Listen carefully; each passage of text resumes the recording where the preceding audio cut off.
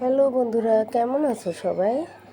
নমস্কার, আদাব। তো এই যে দেখতে পাচ্ছ, ছোট্ট একটা ভিডিও নিয়ে আজকে তোমাদের সামনে আবার চলে আসলাম।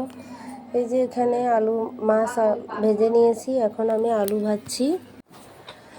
তো এই যে দেখতে পাচ্ছ, আমি আলুটা নেড়েচেড়ে ভেজে নিচ্ছি। আর আজকে আলুর সাথে কটা ডাঁটা দিয়েছি, নরম নরম ডাঁটা এনেছে, খুব সুন্দর। আর ডাঁটাগুলো খুবই সুস্বাদু হয়েছে। তো এখানে দেখতে পাচ্ছ, আমি হাত দিয়ে আজকে জিরার গুঁড়োটা ঢেলে দিয়ে দিলাম। মাঝে মধ্যে একেবারে মানে বেতৃষ্ণা হয়ে যায় কাজে কর্মে, কি করব না করব দিশা পাই না। তো হাত দিয়ে ঢেলে আমি মরিচের গুঁড়ো আর জিরের গুঁড়ো দিয়ে সব মশলা দিয়ে দিয়েছি।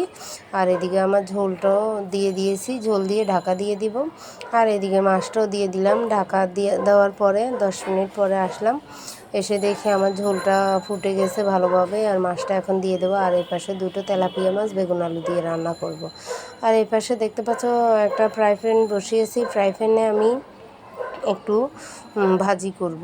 তো ফ্রাই প্যানটা গরম হয়নি, এই পাশে গ্যাস একেবারেই নাই। তো ফ্রাই প্যানটা আর বসালাম না, ওইটা উঠিয়ে দিলাম। আর এই পাশে তরকারিটা ঢেলে অন্য কড়াইতে নিয়ে নিয়েছি। এখন আমি যে কড়াইতে মাছ রান্না করেছিলাম সেই কড়াইটাতেই আবার বাকি মাছটা রান্না করে নেব। 2 টুকরো তেলাপিয়া মাছ আর বেগুন আলু দিয়ে হালকা পাতলা একটা রান্না হবে, ছোটোখাটো একটা তরকারি।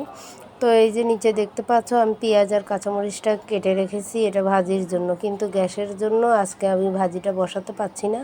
আর এদিকে আস্তে আস্তে এক চুলার মধ্যে আস্তে আস্তে রান্না করছি। তো দেখতে পাচ্ছ, আমি জিরে ধনে হলুদের গুঁড়ো মরিচের গুঁড়ো সব দিয়ে দিচ্ছি, লবণ দিয়ে দিচ্ছি। দিয়ে মশলাটা একটু কষিয়ে তারপরে ভালো করে আবার একটু জল দিয়ে দেব সামান্য। তো আজকে কি করেছি জানো, বেগুনের মধ্যে বেগুন আলু অল্প একটু তরকারি, একটু রসুন বাটা দিলাম।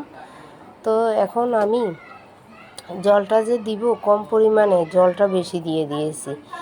এবার ঢাকা দিয়েই যে জল ফুটতেছে, তরকারি আর শুকায় না। বাবারে বাবা, এই 2 টুকরা মাছের তরকারি তো আর শুকায় না, ঝোল হয়ে গেছে একবারে পুকুর ভর্তি জল দিয়ে দিছি যারে বলে।